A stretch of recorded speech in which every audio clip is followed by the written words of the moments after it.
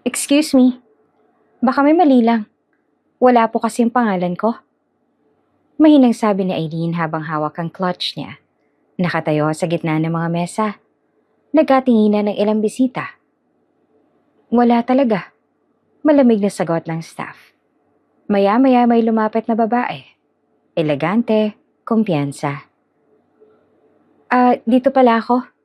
Sabi nito sabay upo sa tabi ng asawa ni Eileen. Napatingin si Eileen sa name card. Pangalan ng ex. Tumawang asawa niya. Good you came. Humigpit ang hawak ni Eileen sa phone. Nag-type siya. Daddy, sapat na. Send. Sa susunod na segundo, biglang nagdilim ang buong venue. Hello mga ka-Ate Jane, welcome back to the channel. Good morning, good evening sa mga taga-Pilipinas at sa mga team abroad natin. Welcome back to the channel. Handa na ba kayo sa panibago nating kwento ngayong araw? Magkuha na kayo ng kape or chips. Samahan ninyo ako sa ating kwentuhan ngayon na pinamagatang. Sa retirement ng biyanan kong babae, wala akong upuan. Pinaghugas ang plato. Di man lang nagalit ang asawa ko. Sa isang text ko, nag-brown out ang buong venue. Handa na ba kayo? Magsimula na tayo. Maagang nagising si Eileen kahit pagod ang katawan niya. Nakahiga siya sa kama, tulala habang nakatingin sa kisame ng hotel room kung saan siya nagpe-prepare para sa kasal. Sa labas ng bintana, unti-unti nang sumisilip ang liwanag ng umaga. Naririnig niya ang mahinang usapan ng mga coordinator sa labas. May kumakatok, may naglalakad, may nag-aayos ng kung ano-ano. Pero siya, tahimik lang. Hinawakan niya ang dibdib niya. Parang pinapakalma ang sarili. Today na, mahina niyang sabi. Hindi siya kinakabahan sa kasal. Sigurado siya sa desisyon niya. Mahal niya ang lalaking pakakasalan niya. At naniniwala siyang magiging maayos ang buhay niya kasama ito. Maya-maya ay pumasok ang kanyang ina.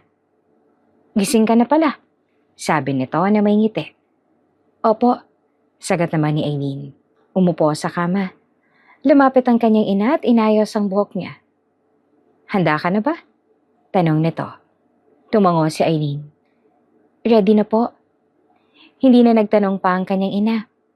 Alam na to na kapag si Eileen na nagsabing ready siya, totoo iyon. Makalipas ang ilang oras, nagsimula ang seremonya. Nakaupo ang mga bisita sa magkabilang side ng aisle. Puro kilalang tao, mga negosyante, kaibigan ng pamilya, at mga taong sanay sa marangyang buhay. Pagbukas ng pinto, sabay-sabay na patingin ng lahat. Nandoon si Eileen. Dahan-dahan siyang naglakad papunta sa altar. Hawak niya ang bouquet. Diretso ang tingin sa lalaking naghihintay sa kanya sa unahan. Ngumiti ang lalaking yon nang makita siya. Sa gilid, kitang-kita ang saya ng magiging biyanan niya. Ang ganda talaga, bulong nito sa katabi. Swerte ng anak ko. Hindi lang maganda, sagot ng isa. Mayaman pa. Perfect. Narinig iyon ng ilan at nagkatinginan. Habang naglalakad si Eileen, wala siyang naririnig kundi ang tibok ng puso niya. Hindi niya iniisip ang mga bulong. Hindi niya iniisip ang ibang tao. Ang iniisip lang niya, yung lalaking papakasalan niya. Pagdating niya sa altar, hinawakan siya nito. Ang ganda mo, bulong ng lalaki. Salamat, sagot niya. Nagsimula ang ceremony. Palitan ng vows, ngiti at palakpakan. Sa huli, opisyal na silang mag-asawa. At sa araw na yon, pakiramdam ni Eileen wala nang kulang. Ilang araw matapos ang kasal, naging abala ang lahat sa mga dinner, gatherings at pagbisita. Sa pamilya ng asawa niya, sa bawat pagkakataon ay present si Eileen. Tahimik, maayos at laging may ngiti. Ang swerte namin sa'yo. Sabi ng biyanan niya minsan habang magkakasama sila sa sala. Salamat po, sagot niya. Tingnan mo nga, dagdag pa nito sa mga kaibigan. Hindi lang maganda, marunong pang makisama. Hindi tulad ng iba dyan. Ngumiti si Eileen at hindi na nagsalita. Napapansin niya na madalas siyang pinupuri. Pero kadalasan, may halong comparison sa ibang tao. Pero hindi niya iyon pinansin. Para sa kanya, normal lang yon sa mga ganitong klaseng pamilya. Isang gabi, nag-dinner sila ng asawa niya sa isang mamahaling restaurant. Tahimik ang paligid. May soft music at konti lamang ang tao. Umupo sila sa isang table malapit sa bintana. Anong gusto mo? Tanong ng asawa niya habang tinitingnan ang menu. Kahit ano, sagot ni Aileen. Hindi pwede yun, sabi nito na bahagyang ngumiti. Ako nang bahala. Ilang minuto lang, naka-order na sila. Habang kumakain, inaasikaso siya ng asawa niya. Pinupunasan ng gilid ng labi niya kapag may natitirang sauce. Inaayos ang baso niya. Sinisigurong hindi siya mahihirapan. Ano pang kailangan mo? Tanong nito. Okay na ako, sagot ni Aileen. Pakiramdam niya maalaga ang asawa niya. Pero maya-maya, may dumating na waiter. Sir, pasensya na po. Medyo matatagalan lang po yung... Ang bagal mo. Putol ng asawa niya. Natahimik ang waiter. Sir, inaayos pa po namin. Alam mo bang importante kami? Dagdag pa nito na mas malamig ang tono. Napatingin si Aileen. Hindi siya nagsalita. Tiningnan lang niya ang asawa niya. Sorry po, sir. Sabi ng waiter na halatang kinakabahan. Umalis agad ito. Tahimik ang mesa nila ng ilang segundo. Love, mahina niyang sabi. Pero ngumiti lamang ang asawa niya. Okay lang yan. Dapat matuto sila. Tumango si Aileen. Hindi niya alam kung ano ang sasabihin. Siguro pagod lang siya, sabi niya sa sarili. At doon niya tinapos ang pag-iisip. Isang hapon, nasa mall sila. Magkahawa kamay. Naglalakad sa isang mamahaling boutique area. Huminto ang asawa niya at tiningnan siya. Eileen? Gusto ko yung ganito ka. Anong ganito? Classy. Maayos. Bagay ka sa mundo ko. Ngumiti si Eileen. Talaga? Oo. Sagot nito kaya kita pinakasalan. Tumawa siya. Pero may pahabol ang lalaki. Ayoko lang ng pabigat. Saglit na natahimik si Eileen. Tiningnan niya ang asawa niya pero nakangiti lang ito. Biro lang, dagdag pa nito. Ngumiti naman si Eileen pero hindi siya nagsalita agad. Pagkatapos ng ilang segundo, naglakad ulit sila. Hindi na niya inulit ang tanong. Hindi na rin niya pinansin.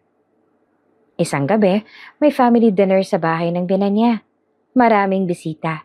May mga kaibigan ng pamilya, may mga business partners, at nasa sala si Aileen. Nakaupo kasamang iba.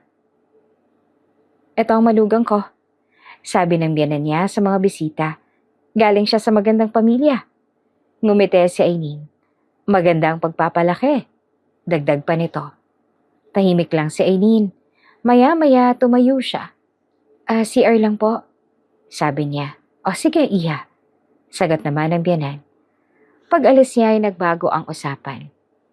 Siguraduhin mo hindi ka mapapahiya sa pinili mo, sabi ng biyanan sa anak niya.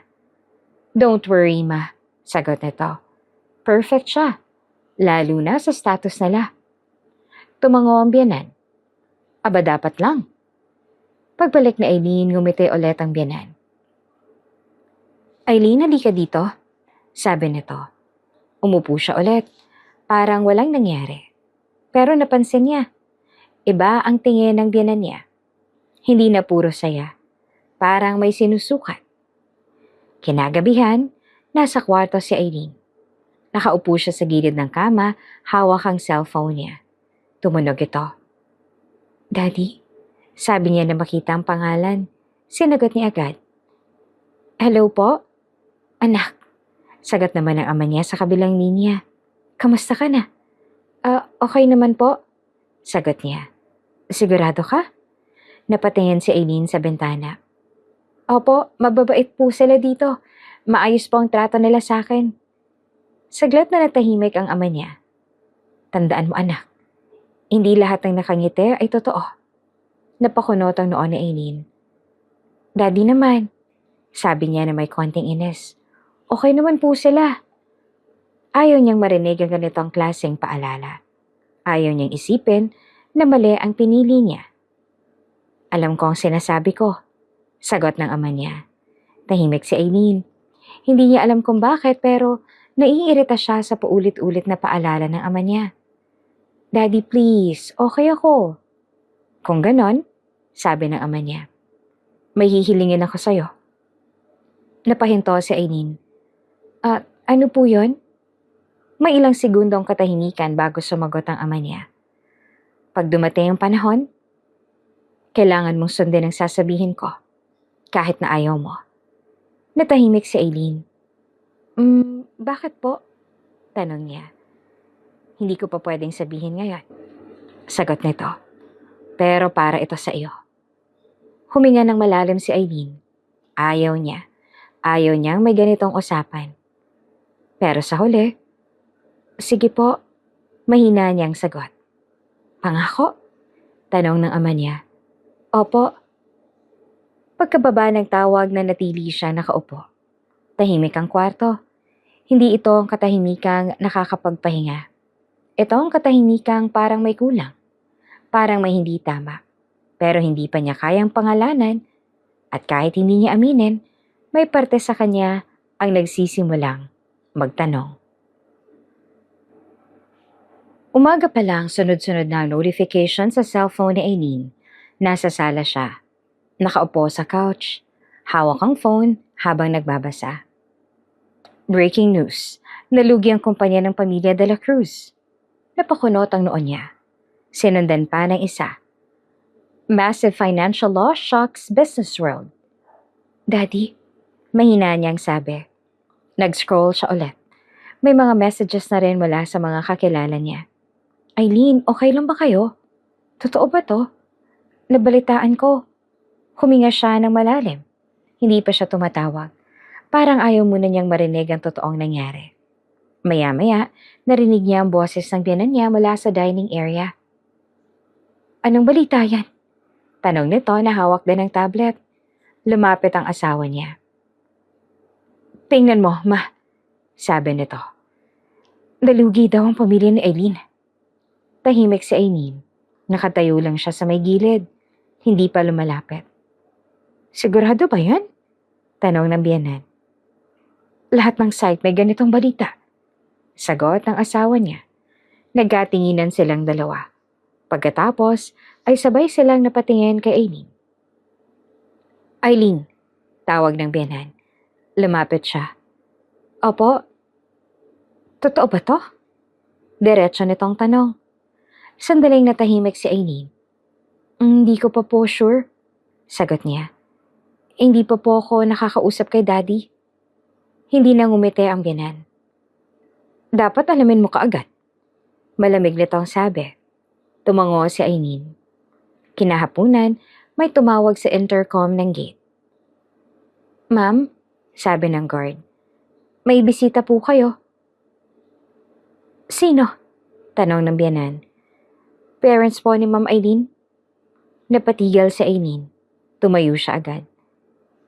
Nandito na sila? Sabi niya. At bago pa siya makalapit sa pinto, narinig niya ang sagot ng biyanan. Huwag mo agad papasukin. Sabi nito sa guard. Siguraduhin mo muna kung sino yan. Napatingin si Aileen. Ma, mahina niyang sabi, pero hindi siya pinansin. Lumabas siya papunta sa gate. Pagdating niya, nakita niya ang parents niya. Simple lamang suot ng mga ito. Hindi tulad ng dati na laging maayos at elegante. Ngayon, plain na damit. Walang alahas, walang bodyguards. Daddy, sabi niya. Ngumiti naman ang ama niya pero halatang pagod. Hi anak. Binuksan na rin ang gate pagkatapos ng ilang minuto. Pumasok sila. Pagdating sa loob, walang sumalubong. Walang yakap, walang ngiti. Nakatayo lamang ang biyanan niya sa may sala, nakatingin. Magandang hapon po, sabi ng mama ni Aileen. Tumango lamang ang biyanan. Umupo kayo, sabi nito pero hindi man lang lumapit. Tahimik ang lahat. Pagsapit ng gabi, pinakain sila sa dining table. Mahaba ang mesa.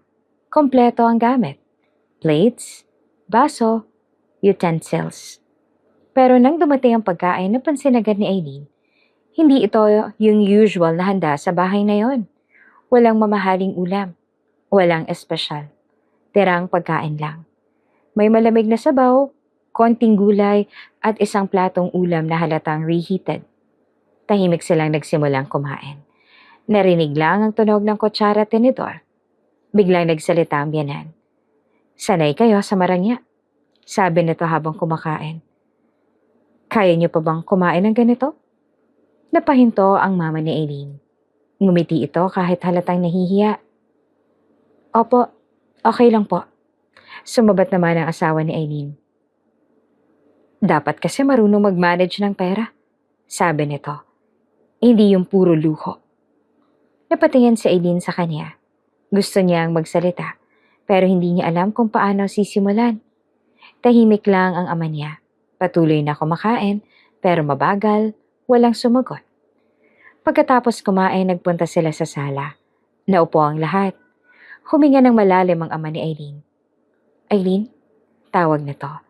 Lumapit siya at umupo sa tabi niya. "Tay?" Tumingin ang ama niya sa biyanan at sa asawa niya. "Mahihilingin sana ako," sabi nito. Tahimik ang lahat. "Kahit pansamantala lang, pwede ba kaming tumira rito?" Napatigil si Aileen. Napatingin siya sa asawa niya. Umaasa.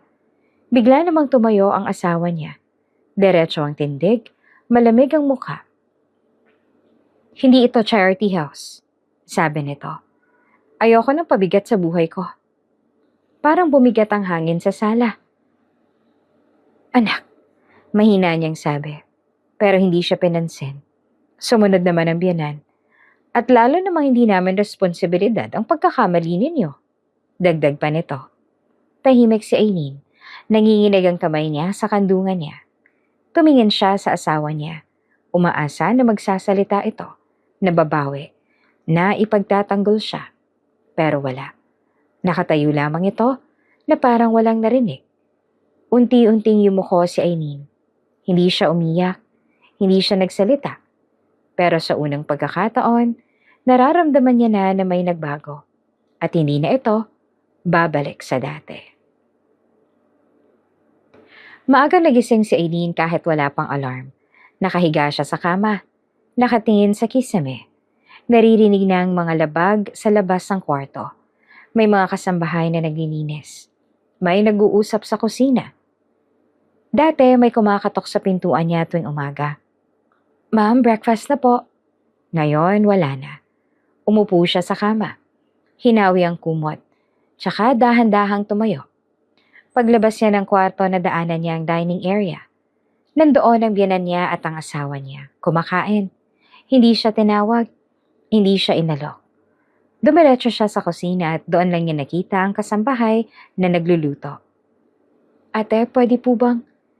"Ma'am, sabi po ni Madam, kayo na raw pong bahala sa sarili ninyo." Putol ng kasambahay. Nahihiya. Tumango si Aileen. "Sige, okay lang." Kumuha siya ng tinapay. Siya na rin ang nag-toast. Tahimik lang siya habang kumakain mag-isa sa maliit na table sa gilid.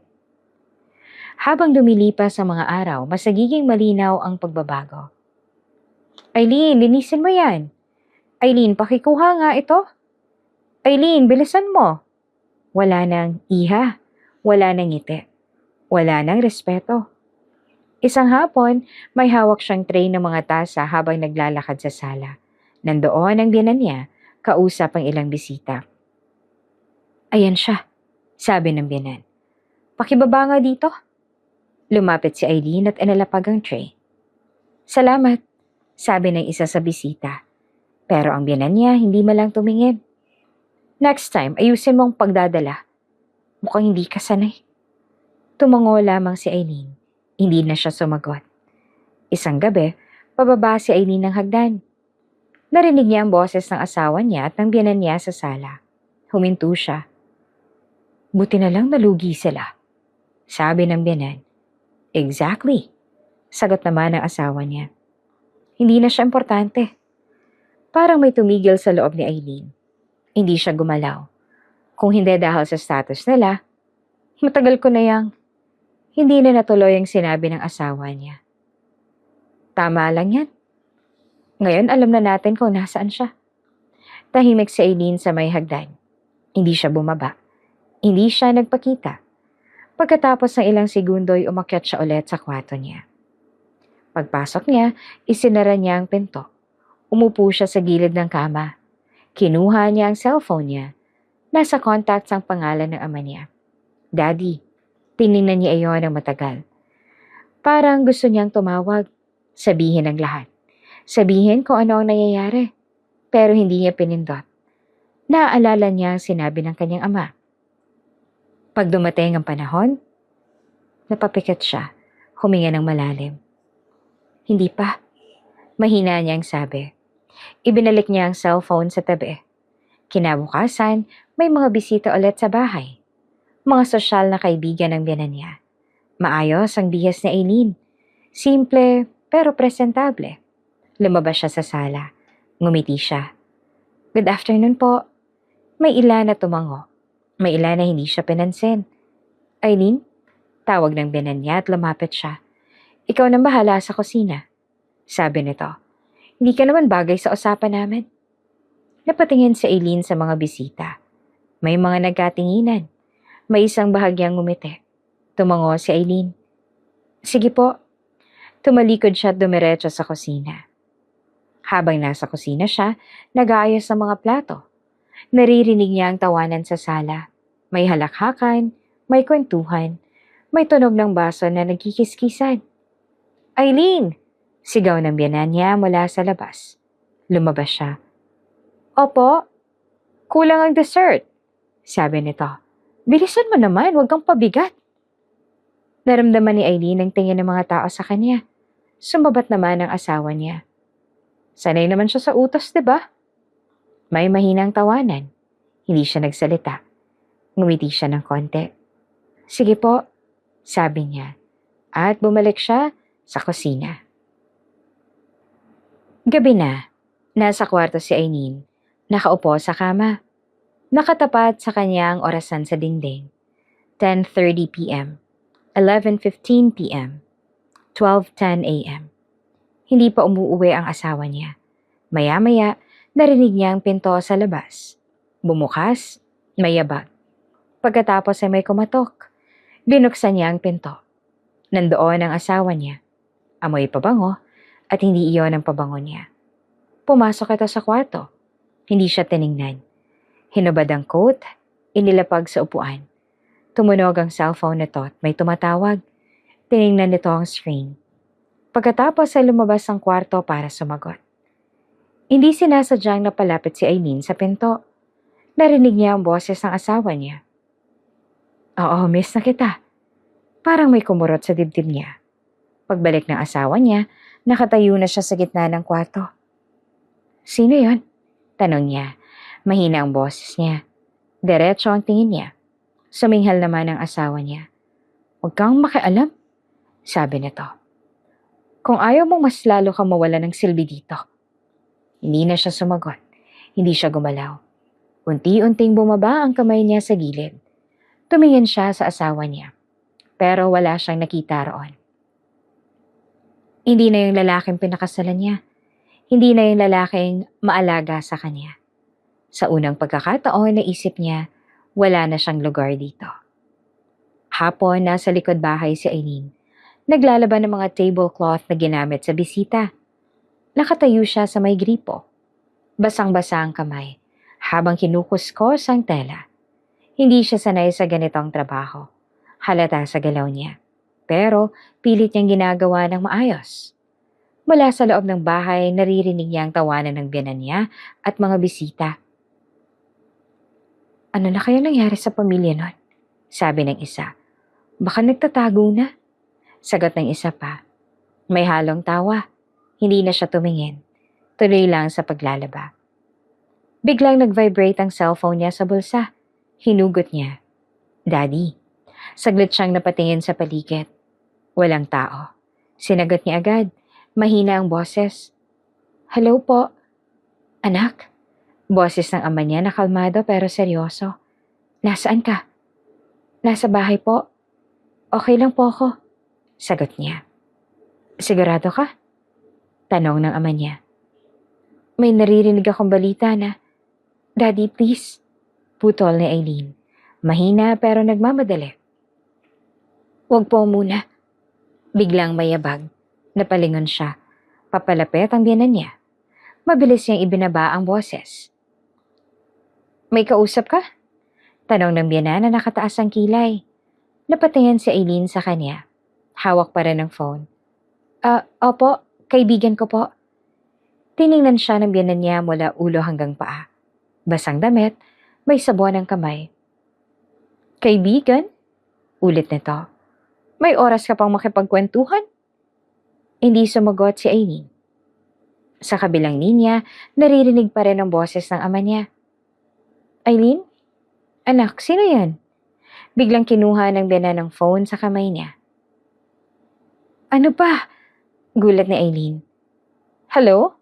Sabi ng biyanan at sinilip ang screen. Sino to? Napatigil si Aileen. Para siyang kinabahan bigla.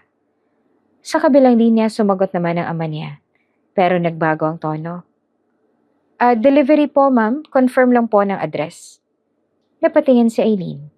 Alam niya agad, sinakyan ng ama niya. Sabi ng biyanan. Parang nawala ng interes. Wala kaming order. Ibinaba nito ang tawag. Tsaka ibinalik ang phone kay Aileen. Kung may kausap ka, siguraduhin mong may silbi. Malamig nitong sabi. Di yung sayang lang sa oras. Tumango si Aileen. Opo. Pagkaalis ng biyanan niya, napahawak siya sa dibdib niya. Mabilis ang tibok. Tiningnan niya ang phone niya. May message. From Daddy. Naiintindihan ko. Pero tandaan mo, konti na lang. Napapikit si Aileen. Huminga siya ng malalim. Pagmulat niya, bumalik siya sa paglalaba. Parang walang nangyari. Tanghali ay nasa sala ang biyanan ni Aileen. Nakaupo sa malaking sofa. Hawak ang tablet habang kausap ang dalawang bisita. Parehong mukhang mayayamang negosyante. Nakatayo si Aileen sa gilid. May hawak na tray ng kape. Ay, buti na lang talaga may bagong pumasok na investor. Mayabang na sabi ng biyanan niya. Kung hindi, medyo mahihirapan kami sa expansion. Talaga? Sino? Tanong ng isa. Ngumiti ang biyanan. Confidential, sagot nito. Pero malaking pangalan.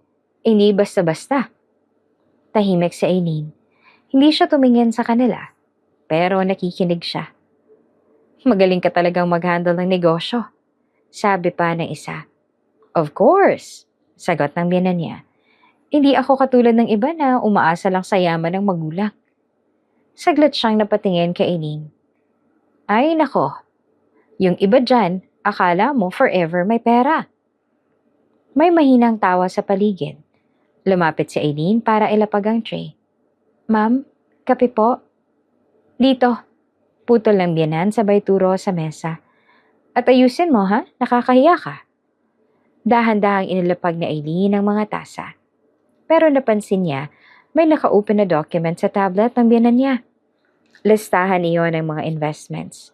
At doon niya nakita, isang pamilyar na pangalan. Apelyido nila. Halos mapahinto siya. Ma, muntik niya nang masabi. Pero biglang kinuha ng biyanan ang tablet. Ano? Matalim nitong tanong. Wala po. Sagot ni Aileen. At agad na yumuko. Tumingin ang biyanan niya sa kanya. Parang may napansin. Bakit? Tanong nito. May alam ka ba? Wala po. Ulit ni Aileen. Tahimik ang ilang segundo. Pagkatapos ay ngumiti ang biyanan. Pero hindi mabait. Huwag kang makialam sa mga bagay na hindi mo nasakop. Sabi nito. Wala ka na sa level na to. Napatingin ng mga bisita. Siya ba yung bulong na isa? Dati, putol ng biyanan. Dati may kaya. Ngayon, wala na. Para namang may kumurot sa dibdib ni Aileen. Pero hindi siya nagsalita. Sumabat ang asawa niya, na kanina pang tahimik sa gilid. Mahayaan mo na, sabi nito na may halong ngiti. Hindi naman niya maiintindihan yan. May mahinang tawanan ulit. Eileen? Tawag ng biyanan. Opo, dalhin mo na yan sa kusina at pakibilisan. May bisita ako. Hindi ako pwedeng maabala. Tumango si Eileen. Sige po. Pagbalik niya sa kusina, inilapag niya ang tray sa lababo. Humawak siya sa gilid ng sink. Tahimik lang siya. Hindi siya umiiyak, pero malinaw sa isip niya ang nakita niya. Yung pangalan, yung investor. Alam niya kung sino iyon. At alam niyang hindi pa nila alam kung sino ang totoong may hawak ng lahat. Maya-maya nag-vibrate ulit ang phone niya. Isang message. From Daddy. Nakapasok na kami. Napatingin si Eileen sa pinto ng kusina. Pagkatapos, dahan-dahan siyang ngumiti. Hindi dahil masaya siya, kundi dahil unti-unti nang nagbabago ang laro. Kinabukasan nasa dressing table siya ng kwarto niya. Tahimik na nakatingin sa salamin habang inaayos ang hikaw niya. Sa kama, nakalatag ang damit na ipinadala ng biyanan niya para isuot niya sa party. Hindi iyon ang napili niyang dress noong isang linggo. Mas simple ito. Maganda pa rin, pero halatang hindi pang main guest. Para lang siyang isa sa mga aaten. Hindi man lang asawa ng anak ng celebrant. Mula sa bintana, tanaw niyang bakuran ng bahay. May mga van ng caterer, may mga staff na nagbubuhat ng flowers, mga ilaw at kahon ng alak. May humahalimuyak ng pabango ng sariwang bulaklak at bagong planchang table linen mula sa ibaba. Abala ang lahat. Tumunog ang phone niya. Message galing sa biyanan niya. Make sure na presentable ka. Maraming importanteng tao. Wala man lang good morning. Tiningnan ni Eileen ang message. Tapos ibinaba ang phone. Paglabas niya ng kwarto, nakasalubong niya ang asawa niya. Nakasuit na ito. Mabango at mukhang excited.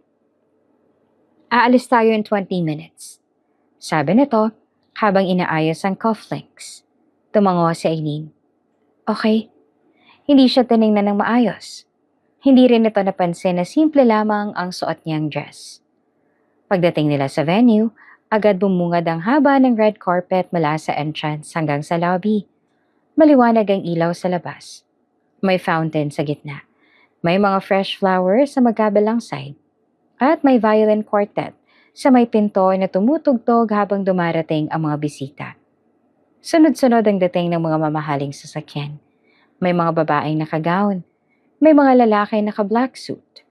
Amoy mamahaling pabango ang paligid. Humahalo sa amoy ng bulaklak at malamig na hangin galing sa malalaking air blower sa labas ng entrance. Pagbaba ni Eileen ng sasakyan, inayos niya ang dress niya tumingin sa venue. Malaki ang tarpaulin sa unahan. Retirement and birthday celebration of Madame Rosana. Nasa ibaba ng picture ang biyanan niya. Nakangiti, naka-formal gown. Pagpasok nila sa lobby, may mga hostesses na sumasalubong sa guests. Welcome, ma'am. Welcome, sir. Naglakad sila papasok. Sa gilid ng lobby, nandoon ang biyanan niya. Naka-gold gown at puno ng makeup. Nakangiti ito sa bawat bisita. Yakap dito, beso doon. Tawag sa pangalan ng mga importanteng tao. Paglapit ng asawa ni Eileen, agad nitong niyakap ng biyanan. My son! Masayang sabi nito. Here he is. Saka humarap sa mga bisita. Ito nga palang anak ko, sabi nito, at ang magiging future ng pamilya namin. Nagpalakpakan ng ilan. May tumango.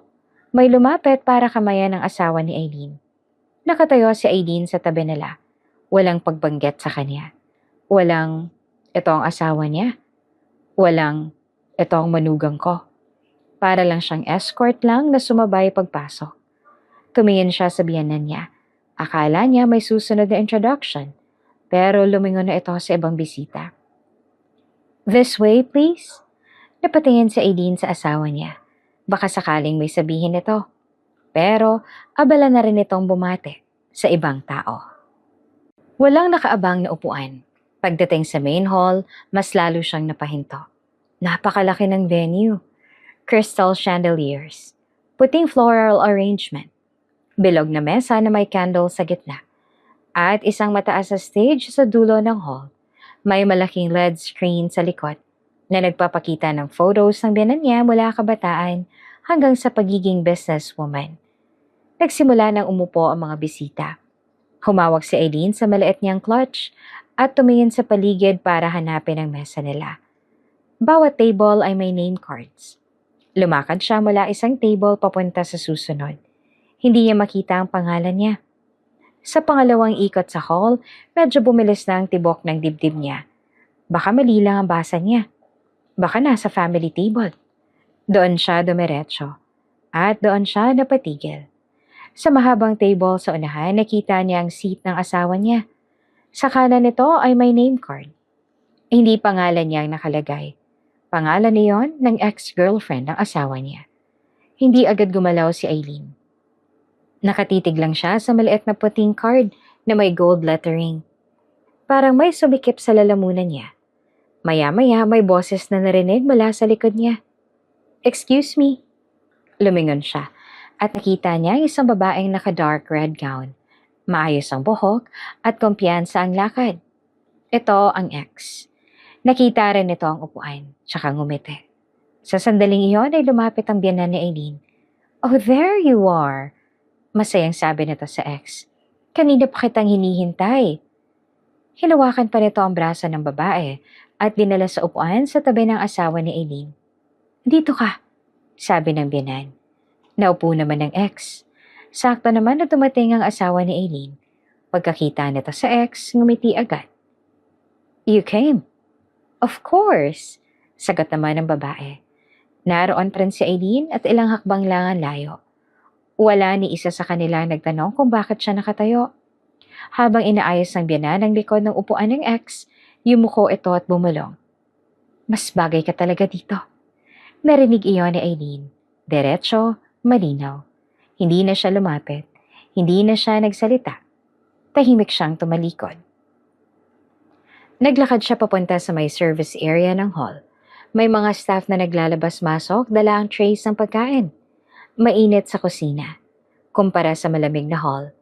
Humalo sa ilong niya ang amoy ng roasted meat, butter, cream sauce, at hugas na pinggan. Huminto siya sa may pinto, pilit inaayos ang paghinga. Maya-maya may tumawag sa kanya. "Eileen." Lumingon siya at biyanan niya iyon. Nakatayo ito sa pinto ng service area. Hawak ang wine glass. "Dito ka na lang muna tumulong," sabi nito. "Busy ang mga tao." Hindi agad sumagot si Eileen. "Ma, wala po akong upuan sa labas." Tumaas ang kilay ng biyanan niya. "Di dito ka nga. Huwag ka na magdrama ngayon. Ayoko maeksena pa sa party ko." Saka ito tumingin sa isang staff. "Pakibigyan siya ng gloves. Maghugas siya ng plato kung kinakailangan." Tumango ang staff. Halatang alangan. Yes, ma'am." Hindi na nagsalita si Eileen. Ibinigay sa kanya ang apron. Kinuha niya. Isinuot niya. Makalipas ang ilang minuto, nasa harap na siya ng lababo. Sunod-sunod ang dating ng plato, baso at kubyertos. Mainit ang tubig, mabangong sabon ng bula. Pero hindi nito natatakpan ng amoy na natitirang sauce at mantika sa mga pinggan. Mula sa bukas sa pinto ng kusina, tanaw niya ang ilaw sa hall at naririnig ang host sa stage. "Let's all celebrate the woman of the night." Nagpalakpakan ng mga bisita. Narinig din niya ang tawa ng ex, pati ang boses ng asawa niya. Maya-maya ay may 3 bisita na napadaan sa service area habang nag-uusap. "Siya ba yun?" tanong ng isa. Pahina ng pahina pero sapat para marinig.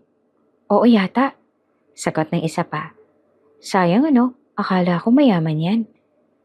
Napahigpit ang hawak na Eileen sa plato. Hindi siya lumingon. May isa pang boses na sumunod. Boses ng biyanan niya. Temporary lang naman palang yaman. Nagtawanan sila.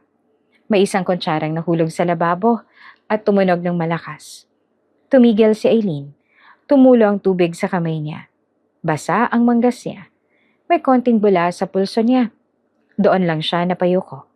May isang luha na tumulo mula sa mata niya at nahalo sa tubig sa lababo. Hindi siya humagulgol. Hindi siya sumigaw. Pinunasan niya agad ang pisngi niya gamit ang likod ng kamay niya at saka huminga ng malalim. Pag-angat niya ng ulo, diretso na ang tingin niya. Sa unang pagkakataon sa gabing yon, wala na siyang hinihintay na tulong mula sa asawa niya. Wala na rin siyang hinihintay na pag-intindi mula sa biyenan niya. Kinuha niya ang susunod na plato, hinugasan niya ito ng maayos. Sa labas, tuloy-tuloy ang party. Sa loob ng kusina, tahimik na gumalaw si Eileen. Pero iba na ang nasa mukha niya ngayon. Hindi na siya yung babaeng umaasa pang may magtatanggol sa kanya. May nabasag na sa loob niya ngayong gabi. At alam niyang pagkatapos nito, may susunod na mangyayari. Habang abala si Eileen sa kusina, may isang staff naman na lumapit sa kanya. "Ma'am Eileen, pinapatawag po kayo sa labas?" Napatingin siya. "Ako?" "Opo." Pinunasan niya ang kamay niya tsaka hinubad ang gloves. Medyo basa pa ang manggas niya. Habang naglalakad palabas ang kusina. Paglabas niya sa main hall, mas maliwanag ang ilaw. Mas ramdam ang lamig ng aircon. Mas maingay ang usapan at tawanan. Lahat ng tao halos nakatingin sa stage. At doon, nakita niya ang biyenan niya, may hawak na microphone. "Eileen, halika dito." Tawag nito at napahinto siya sandali. Pero naglakad pa rin papunta sa unahan. Habang naglalakad siya, may mga bisitang napatingin sa kanya. May ilan pang napansin ang itsura niya. "Parang galing kusina," bulong ng isa. "Basa pang manggas." Dagdag naman ng isa pa. Pagdating niya sa harap, tumayo siya sa gilid ng stage. "Ayan," sabi ng biyenan niya. May ngiti pero matalim ang mata. "Kilalanin niyo rin ang isa sa naging bahagi ng pamilya namin." May ilang nagpalakpakan, pero halatang hindi sigurado. Nakatayo si Eileen. Hindi nagsasalita. "Dati," dagdag pa ng biyenan niya, "akala namin, siya na ang magiging perpektong partner para sa anak ko." Napatingin ng mga tao sa kanya. Pero syempre, tuloy nito. Hindi lahat ng inaakala natin, tumatagal. May ilang nagkatinginan. "Sa totoo lang," sabi pa nito at bahagyang tumawa, "malapit na rin naman silang maghiwalay ng anak ko." Parang tumigil sandali ang paligid. Napatingin si Eileen sa asawa niya. Nasa mesa ito, katabi ang ex. Hindi ito nagsalita. Hindi ito tumayo. Hindi ito tumutol. Wala na rin naman kasing halaga. Diretso pang sabi ng biyenan niya. Hindi na siya yung babaeng pinakasalan ng anak ko. May mahinang bulungan sa paligid. At bago pa makapag-react si Eileen, itinuro ng biyenan niya ang ex na nakaupo sa table. At buti na lang, dagdag pa nito, bumalik ang mas bagay. Napatingin ang lahat sa ex. Ngumiti ito at bahagyang yumuko. "Mas maayos?" sabi ng biyenan. "Mas ka-level?" May ilang nagpalakpakan. May ilang tumawa. Nakatayo si Eileen at hindi gumagalaw. Hindi siya umiiyak. Hindi rin siya nagsasalita. Maya-maya ay may isang lalaking bisita ang nagtaas ang kamay. "Excuse me?" sabi nito. Natahimik ang iba. "Hindi ba kilala ko ang apelyido niya?" Tanong nito habang nakatingin kay Eileen. "Kung tama ako, siya ang anak ng..." Hindi pa niya natatapos, sumabat agad ang biyenan. "Ay nako," sabi nito tumawa. "Huwag niyo na pong pansinin yan." "Pero kung hindi ako nagkakamali," pilit ng lalaki, "yung pamilya na lang." "In their dreams," putol ng biyenan na mas malakas ng boses. "Dati siguro, ngayon wala na." May tumawa sa likod. "Oo nga," sabi ng isa. Kung totoo yan, bakit ganito na siya ngayon?" Nagkatinginan ng mga tao. Yung lalaki nagtanong ay tumahimik na lamang. Napatingin ulit ang biyenan kay Eileen. "Oh, pwede ka nang bumalik sa kusina." Sabi nito na parang walang nangyari. "Huwag ka nang tumambay dito." Tahimik na tumango si Eileen. Hindi siya tumingin sa asawa niya. Hindi rin siya tumingin sa ex. Dahan-dahan siyang tumalikod at naglakad pabalik sa kusina. Habang naglalakad siya, naririnig niya ulit ang tawanan sa likod niya. Pero ngayon, hindi na siya napapahinto. Pagpasok niya sa kusina, kinuha niya ulit ang apron. Isinuot niya. Humarap siya sa lababo. Hinawakan niya ang gripo at binuksan. Malakas ang agos ng tubig. Sa ibabaw ng tunog nito, halos hindi na marinig ang ingay ng party sa labas. Huminga siya ng malalim. At sa unang pagkakataon, hindi na siya nasasaktan sa bawat salita na naririnig niya. Kasi malinaw na sa kanya kung sino ang mga taong dapat niyang iwan. Nasa kusina pa rin si Aileen. Nakatayo sa harap ng lababo. Sunod-sunod ang plato na dumadating. May mga staff na naglalapag ng tray sa gilid niya. May mga nagmamadaling lumabas-pasok. Mainit sa loob. Medyo basa na ang noon niya. May amoy ng sabon, mantika at lutong pagkain na halo-halo sa hangin. Huminto siya sandali. Ibinaba niya ang hinuhugasan niyang plato. Pinunasan niya ang kamay niya sa apron, tsaka kinuha ang cellphone niya sa bulsa. Tiningnan niya ang screen. Ilang segundo siyang hindi gumalaw. Pagkatapos ay nag-type siya. Daddy, sapat na po. Sandali niyang tinignan ang message. Walang dagdag, walang paliwanag. Pinindot niya ang send. Pagkatapos ay ibinaba niya ang phone. Huminga siya ng malalim. Lumabas si Aileen ng kusina. Hindi na siya dumaan sa gitna ng hall. Sa gilid lang siya naglakad. Malapit sa mga halaman at dekorasyon. Mula doon, kitang-kita niya ang stage. Nakatayo ang biyenan niya. Hawak ang microphone. Thank you for being here tonight. Masayang sabi nito. Nagpalakpakan ng mga bisita.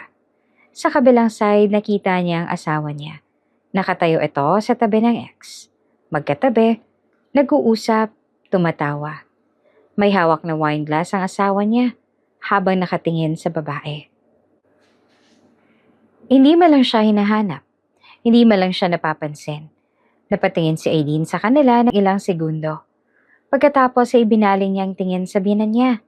Nagyayabang ito sa stage.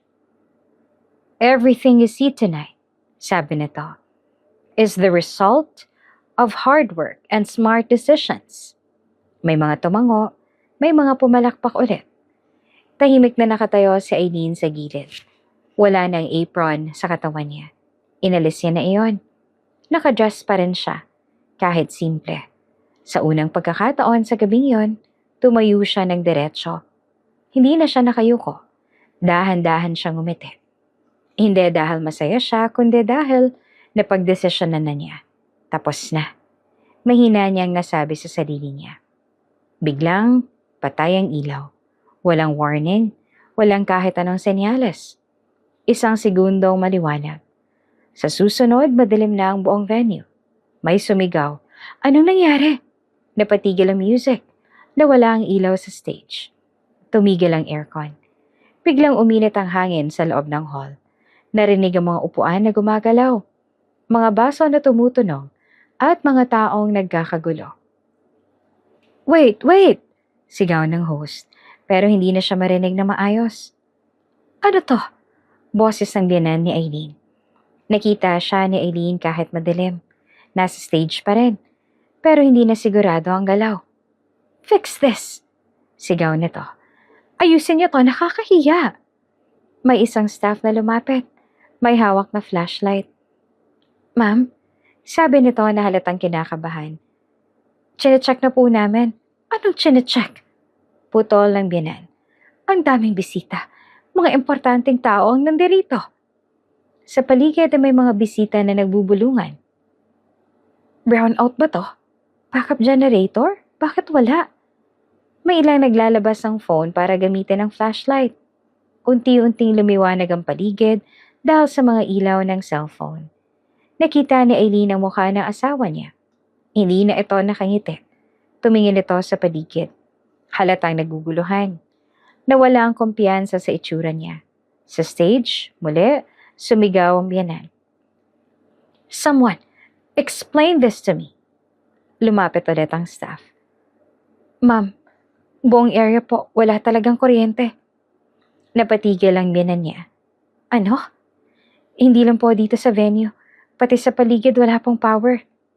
Tahimik ang ilang segundo. Hindi ito makapaniwala. Imposible, sabi nito. Sa labas ng venue, may biglang ingay. Mga sasakyan. Sunod-sunod, malakas ang tunog ng mga makina. Napatingin ng ilang bisita sa entrance. May mga ilaw mula sa labas. Headlights ng mga sasakyan na papasok. Isang convoy ng mga luxury cars. Isa-isa silang huminto sa harap ng venue. May mga lalaking nakasuit na bumaba mula sa mga sasakyan.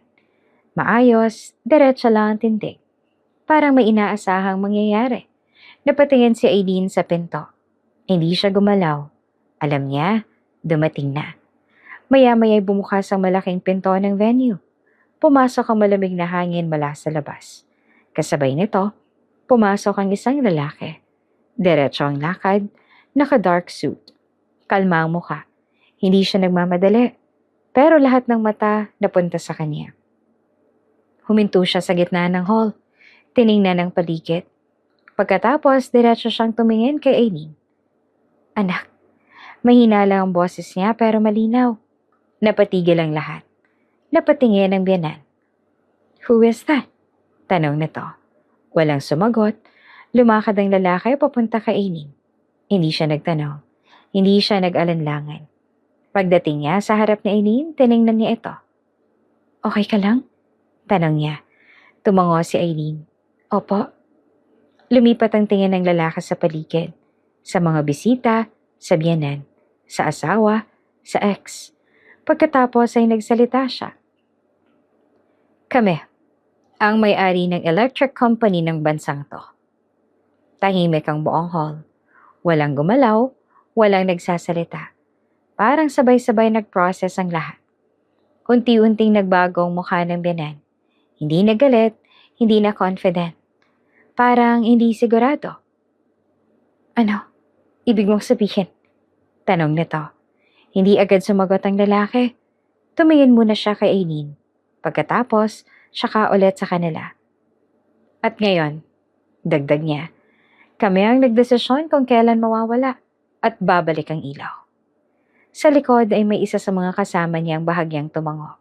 Parang may signal. Napatigil ang lahat. Si Aileen nakatayo lamang sa tabi ng ama niya. Hindi na siya yung babaeng nakatayo sa kusina kanina. Hindi na siya yung pinagtatawanan. Sa sandaling iyon, lahat ng mata nasa kanya na. At hindi na siya ang nasa mababang posisyon. Nakatayo pa rin si Aileen sa gitna ng hall. Katabi ang kanyang ama. Madilim pa rin ang paligid, pero may ilaw mula sa mga cellphone ng mga bisita at headlights mula sa labas. Kita ang mukha ng bawat isa. Naguguluhan, nagtataka at may halong kaba. Hindi agad nagsalita ang biyanan niya. Tinitigan lang nito ang ama ni Aileen.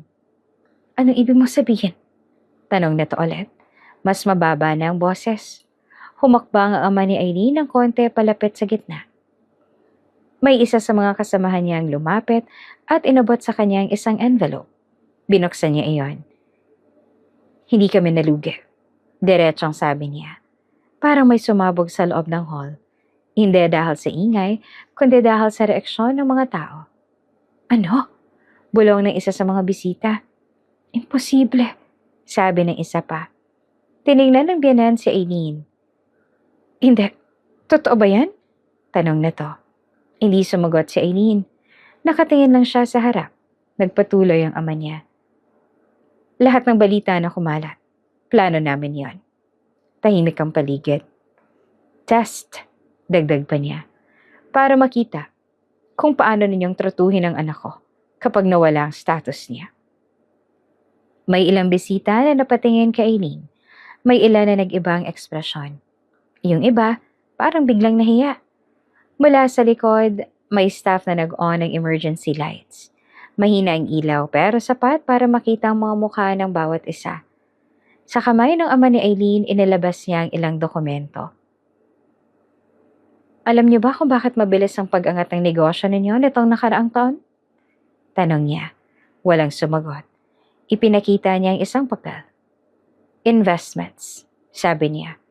Partnerships. Contracts. Isa-isa niyang tinaas ang mga yon. Lahat ng to, galing sa amin.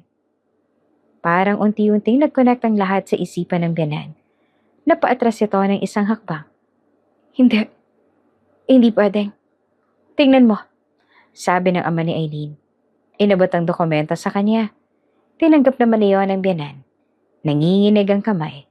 Binasa niya at habang binabasa niya, unti-unting nawala ang kumpiyansa sa mukha niya.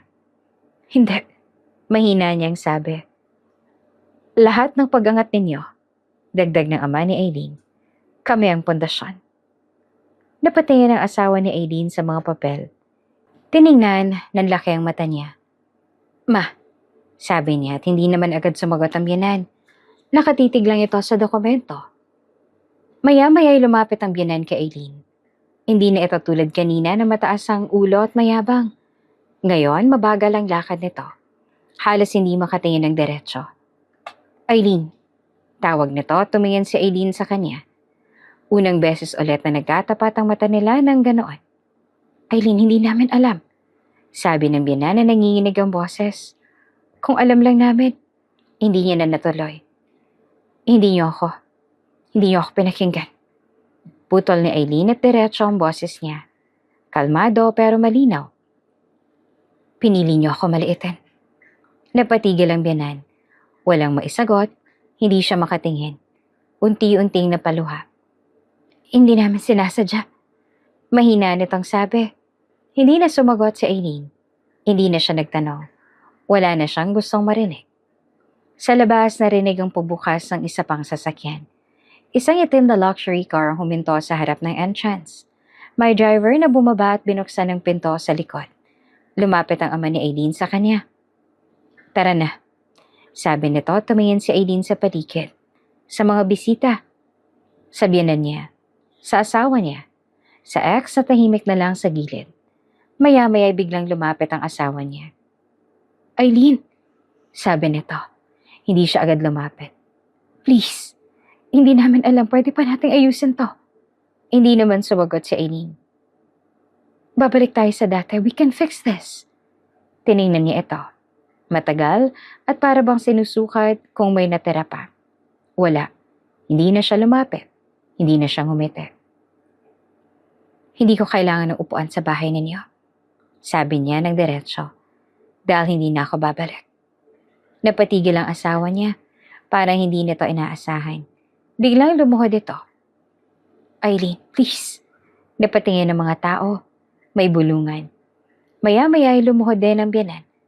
Eileen, patawarin mo kami. Sabi nito na umiiyak na. Hindi naman gumalaw si Eileen. Tiningnan niya lang sila. Parehong nakaluhod. Parehong nagmamakaawa. Parehong ibang-iba sa mga taong nanghamak sa kanya. Pero huli na. Naglakad si Eileen papunta sa labas. Kasama ang ama niya. Hindi siya lumingon. Paglabas niya, sumalubong sa kanya ang malamig na hangin ng gabi. Tahimik sa labas kumpara sa loob. Pumasok siya sa sasakyan. Sumunod ang ama niya. Isinara ang pinto. Maya-maya ay umandar ang sasakyan. Habang papalayo ay tumingin si Eileen sa bintana. Tanaw niya ang venue. Maliwanag na ulit. Bumalik ang ilaw. Naririnig pa rin ang ingay sa loob kahit mahina na. Pero alam niya, iba na ang mangyayari pagkatapos nito. Sa loob ng venue, hawak pa rin ng biyanan ng mga dokumento. Unti-unti nitong nauunawaan ng lahat. Ang negosyo nila, ang pag-angat nila, at kung gaanong kabilis itong mawawala. Sa tabi niya ay nakatayo ang anak niya. Wala nang masabi. Hindi na rin makatingin sa iba. Sa mga susunod na araw, mag-uumpisa ang pagbagsak. Babawiin ang investments, matitigil ang mga projects, mawawala ang mga partner. At sa huli, maiiwan sila sa wala. Sa loob ng sasakyan, nakaupo si Eileen. Tahimik, hindi siya umiiyak, hindi siya nagsasalita. Tumingin siya sa harap, sa kalsada, sa ilaw ng mga pose na sunod-sunod na lang dinadaanan. Maya-maya nagsalita ang kanyang ama. Okay ka lang? Tanong nito. Tumango naman si Eileen. Opo. Saglit siyang napaisip. Pagkatapos mahina niyang sinabi. Mas okay na po ngayon?